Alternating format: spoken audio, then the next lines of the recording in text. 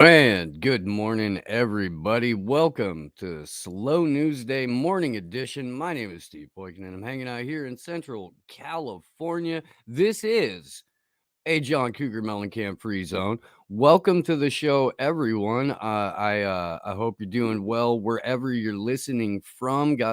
Saw Berlin tuning in. Willkommen. How you doing? Glad you're all here with us. We are broadcasting live here on YouTube, although I believe for just a few minutes, because basically everything that we're talking about is going to get us kicked off of the channel. There is a live congressional hearing going on right now where Susan Walensky, Anthony Fauci, and a couple other goons are being grilled. We may check in on that.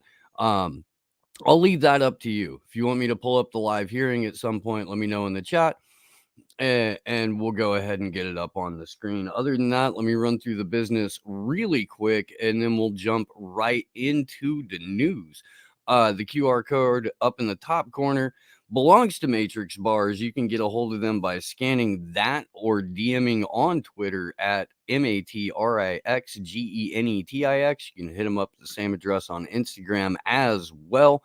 All of the usual donate links are up and running. Do remember your tech ninja, Sleepy Josh. Buy him a coffee at buymeacoffee.com/Bort, BORT. They're grilling Fauci and Susan Walensky. So it appears to be some serious narrative management shit. This hearing was scheduled before the Project Veritas release last night, which does seem to show that that Darpa was well aware of gain of function research,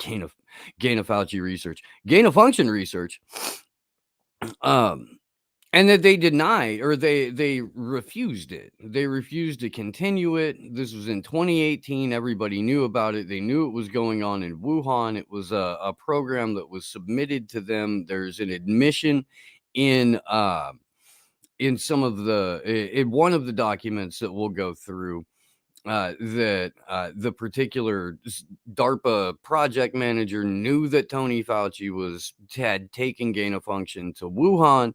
All of this now really seems to drive a spike into multiple different narratives, but we live in a fucking cartoon, where Marianne Williamson was nice enough to point out on Fox. Marianne Williamson went on Fox News and did my show.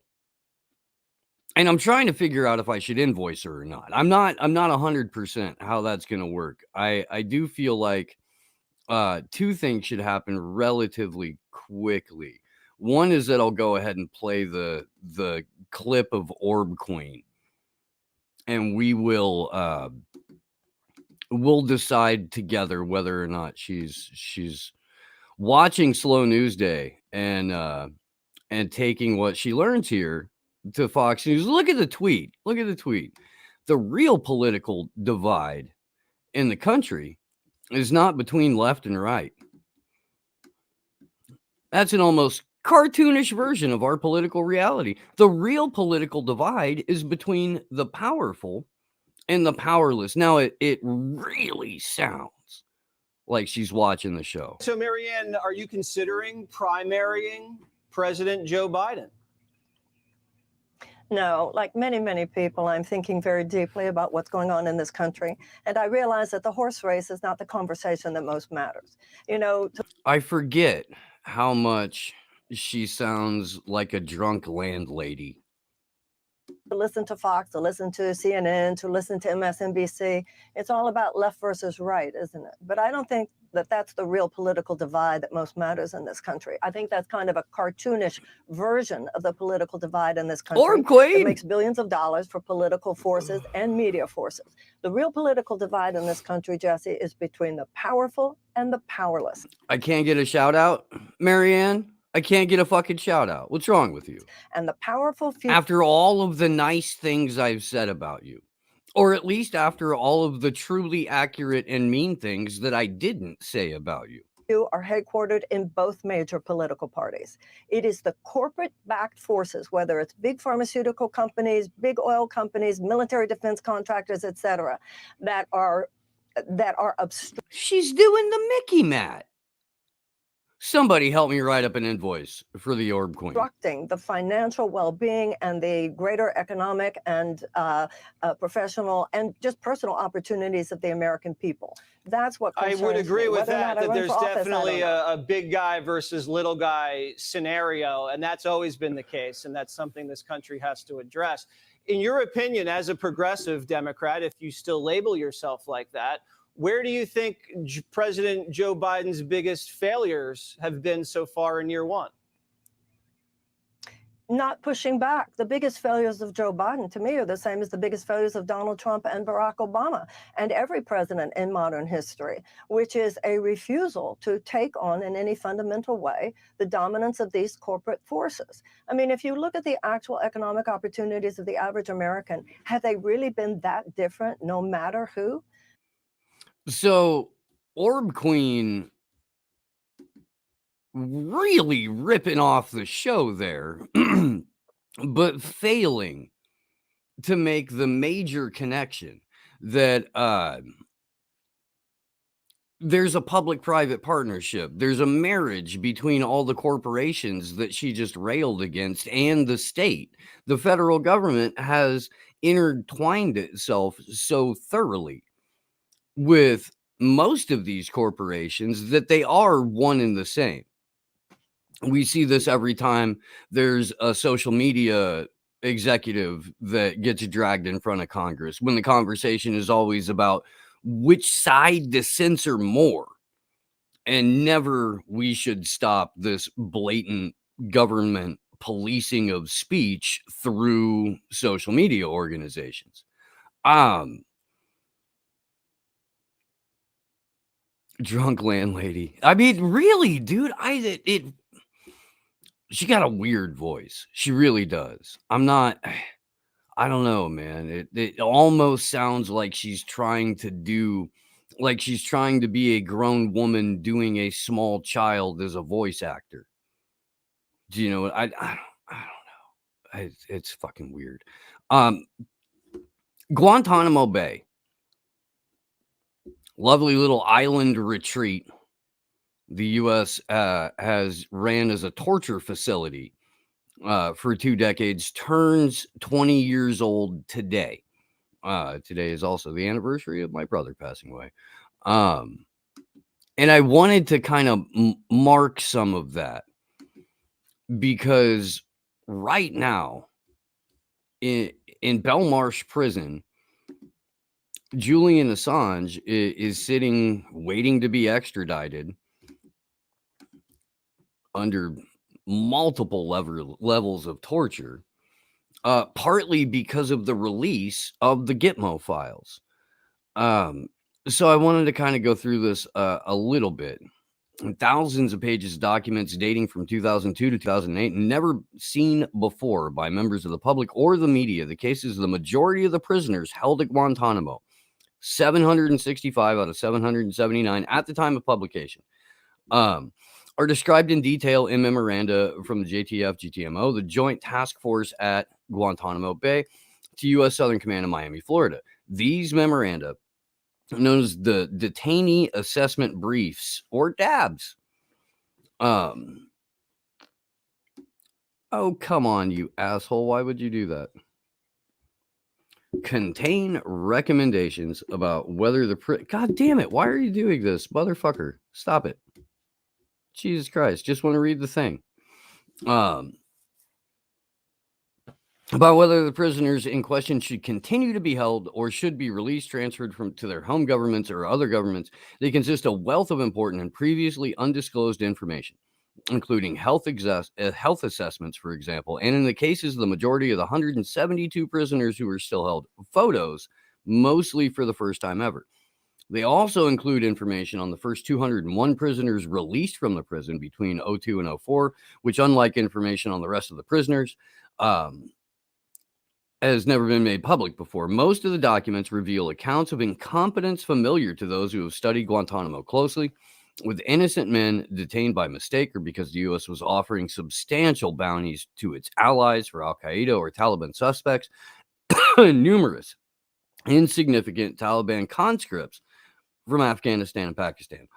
Beyond these previously unknown cases, the documents also reveal stories of the 399 other prisoners released from September 04 to present day. Again, this is 2011 when this came out.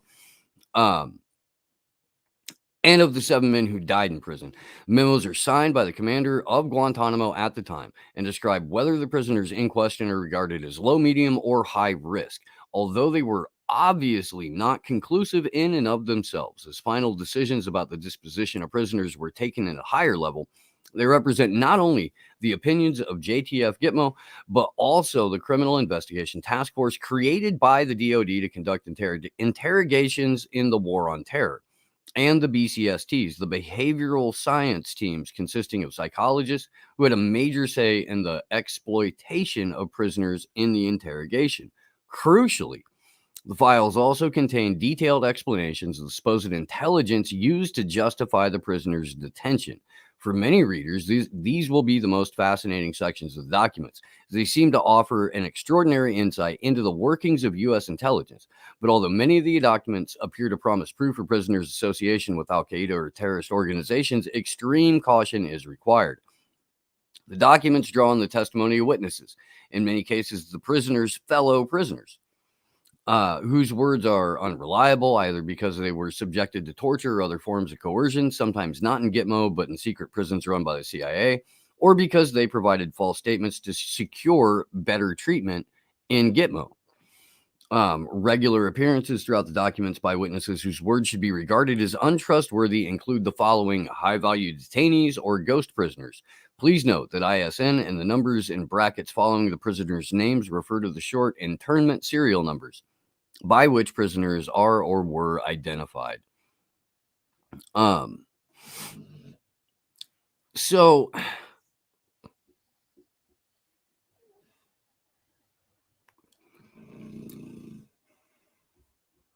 what kills me about all of this, and I'm going to drop the link to the entire Gitmo files in the chats. And do please go share this around today. Remind people that there is a birthday today, and it's the private torture facility that the U.S. maintains on Guantanamo Bay. That particular torture facility, almost old enough to legally drink in the United States.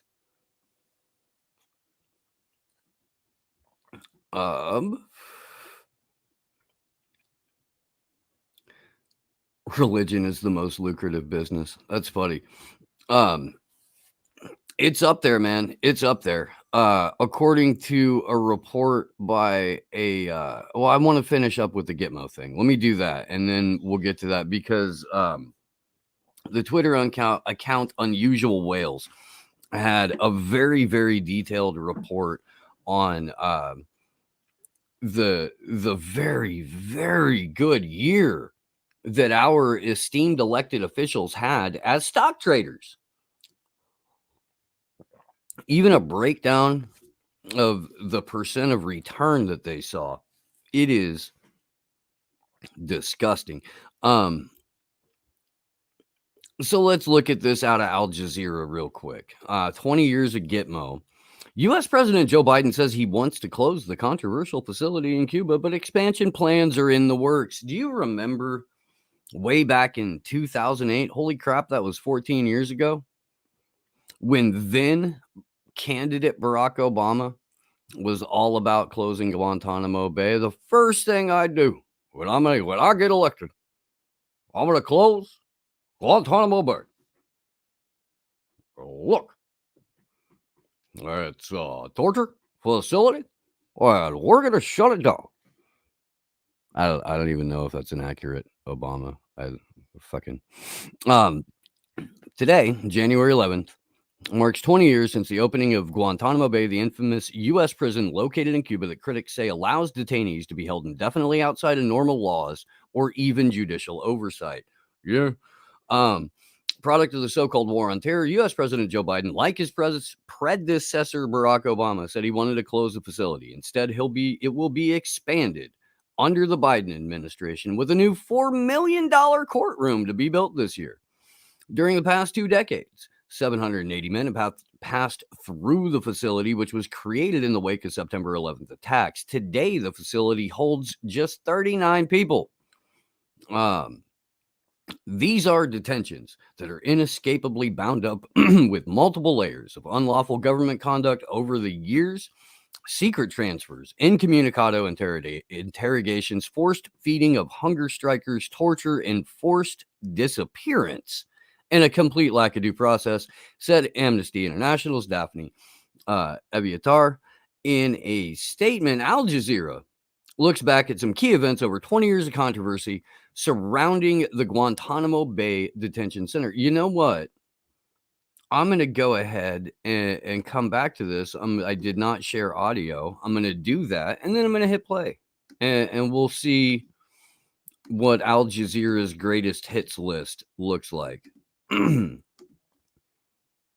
Oh, that's 25 fucking minutes. Never mind. Memorandum for U.S. This is at the beginning, the very beginning. Memorandum from the U.S. Justice Department to the Pentagon explains that prisoners held in Gitmo are not eligible for habeas corpus rights, protecting against arbitrary detention because they're not on U.S. soil. This would also be the justification for everyone detained in a CIA black site or anyone detained technically not on U.S. soil, even if that meant you were on a military base. If you were at a forward operating base, you technically weren't there. So you could have a detention center on a forward operating base, or you could have an official brig, but that brig was technically being rented. January 11th, 2002, the first 20 detainees arrive at Camp X-Ray, held outdoors in wire mesh cages. The International Committee of Red Cross begins visiting. Same day, the Bush administration rules that Gitmo prisoners do not qualify as prisoners of war and are not entitled to the protection of the Geneva Convention. So in less than a year, we went from not having a private torture facility in Cuba to having a private torture facility in Cuba where habeas corpus was suspended. Not only that, but the Geneva Convention thrown entirely out the window. Dick Cheney on January 27th, 2002 describes the prisoners as the worst of a very bad lot. Very dangerous, devoted to killing millions of Americans. New military tribunal investigation. Dismissed challenge. This is going to be another 25 fucking minute thing. Yeah, go fuck yourself. This is a neat one. August 1st, 2002. Still in 2002 here, but to try and move through this relatively quickly so that we can get to all of the Project Veritas Fauci stuff, because it's not what you think. It's quasi damning, but there's a lot of narrative management going on with this. August 1st, 2002, a memorandum from the DOJ to then White House counsel Alberto Gonzalez, who would become AG, advises that the president can authorize a wide range of enhanced interrogation techniques that would not amount to torture and therefore not be prosecutable under U.S. law. Even if torture did occur, the memorandum argues, the theory of necessity or self-defense could be used to eliminate any criminal liability. I want to see something, you guys. I do. I want to check something out. And we will do this pretty much live. When did Tor premiere?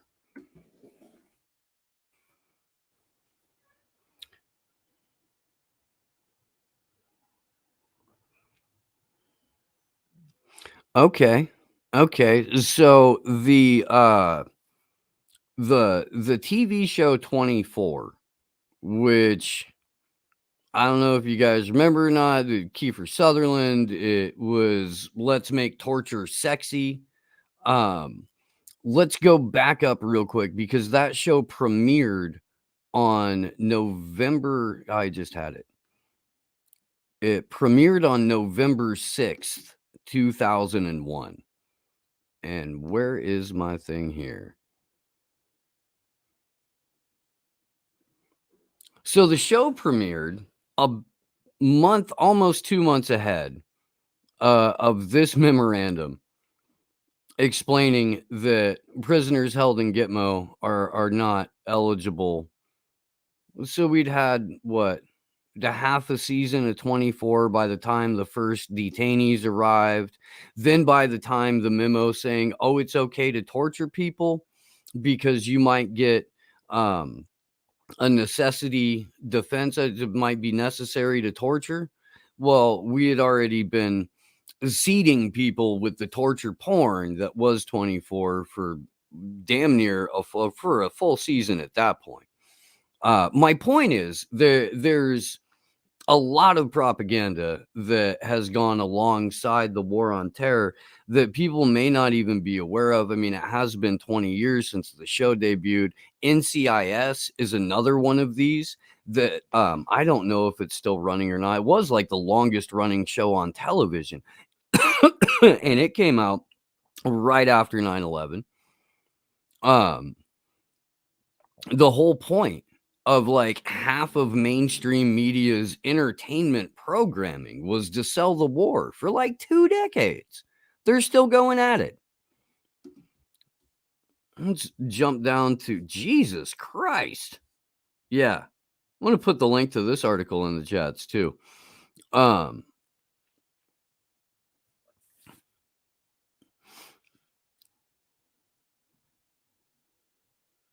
Nice.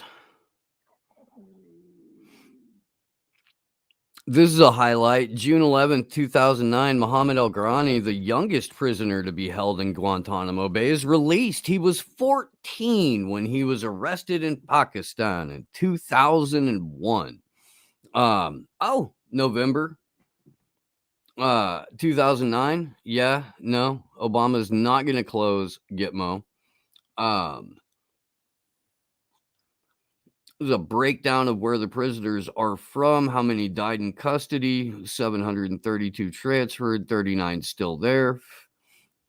Again, we are 20 years into operating a private torture facility in Cuba where we are largely unaccountable.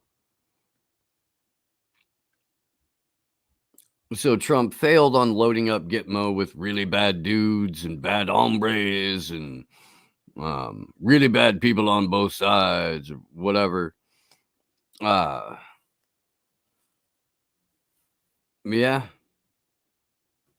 And here we are.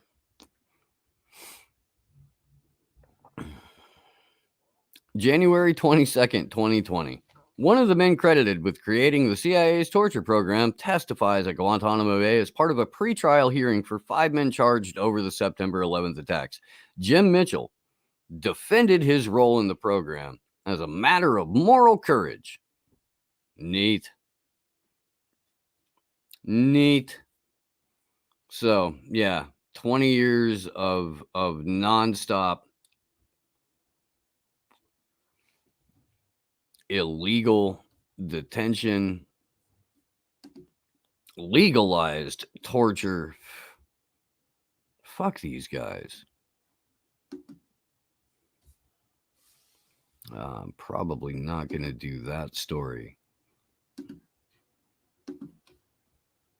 Yeah, let me jump over.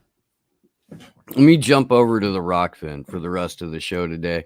I'm gonna grab a link here, or Odyssey, or D Live, or you could watch us on Twitter. I mean, really, honestly, the only place where we can't do the majority of our content is YouTube. Especially because we're going to be going through some Darpa documents over on the Rockfin and YouTube, of course. Alphabet is a partner with DARPA, with its board sitting on DARPA's board and IARPA's board, and the National Security Council for Artificial Intelligence. Oh, and Op Warp Speed. So